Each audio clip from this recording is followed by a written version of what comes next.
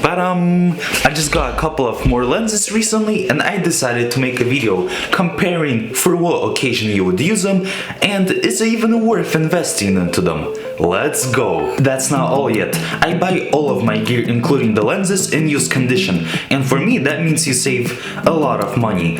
On most gear I even save more than 50%. Our first lens is the 18 to 55mm kit lens.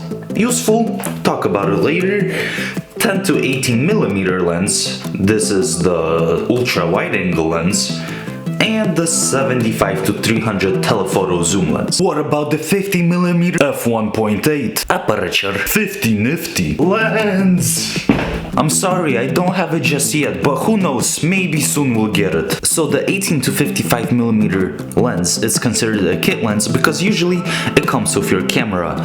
Usually the cheaper models such as Rebels, but not only, it comes with the 80D and other more expensive cameras.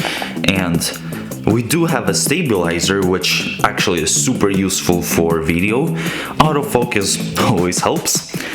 And this right here is actually the older version because the aperture on it is 3.5 to 5.6. Unlike on the newer one, like I'm recording right now, it's 4.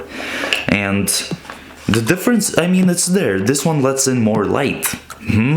For the first couple of months I got into video making, this is the only lens I had, 18 to 55, and really it has good everything. I mean, good zoom and it's fine, it does the job. And best of all, it's the cheapest Canon lens. Next we have the 10 to 18mm ultra wide angle lens. This is considered not only wide, ultra wide. So it goes from 10mm to 18. It does have a stabilizer, autofocus, thank goodness, and the aperture is the same as on the 18 to 55, and this is a wide angle lens, so you're not gonna have any background blur. What this lens is perfect for though is real estate or whenever you're in tight space, like inside a car, like you wanna grab everything. This lens is perfect. And also I use this lens for most of my gimbal shots. Just because the lens is so wide, you don't see the tiny little vibration and it looks pretty good. This is the older generation of the 75 to 300mm lens. It does have autofocus, which just makes the job so much easier, but it doesn't have a stabilizer, and for a big zoom lens, I mean, it would help. But if you put it on a tripod and don't touch it, it should be okay. But what is this lens used for? The zoom here is from 75 to 300.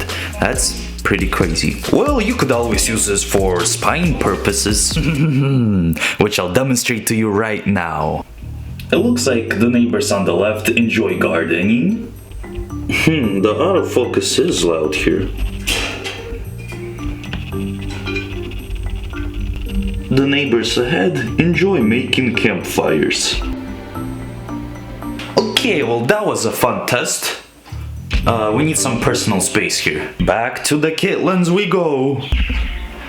By the way, those crazy neighbors burned their deck down last year. I even have some pictures I took with my Rebel XTI. Let me show you.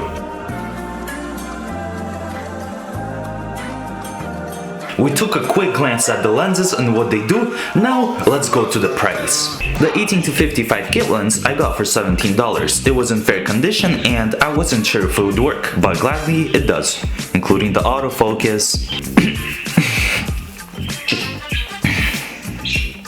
Yes, it's not cheap, but if you would buy this lens new, it would cost close to this.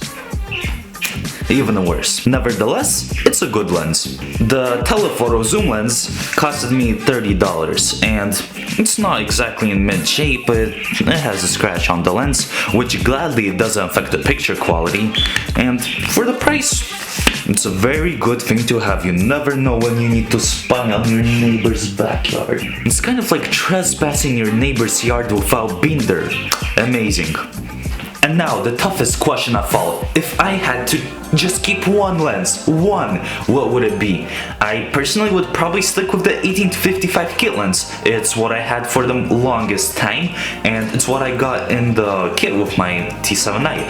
And it's a very good lens. It's 18, which is not wide, but it does the job, and then it can zoom up to 55. And it's actually what I'm recording on right now.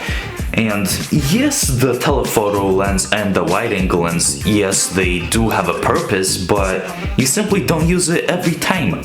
And this lens right here, I think it's the most ultra just compatible with every situation.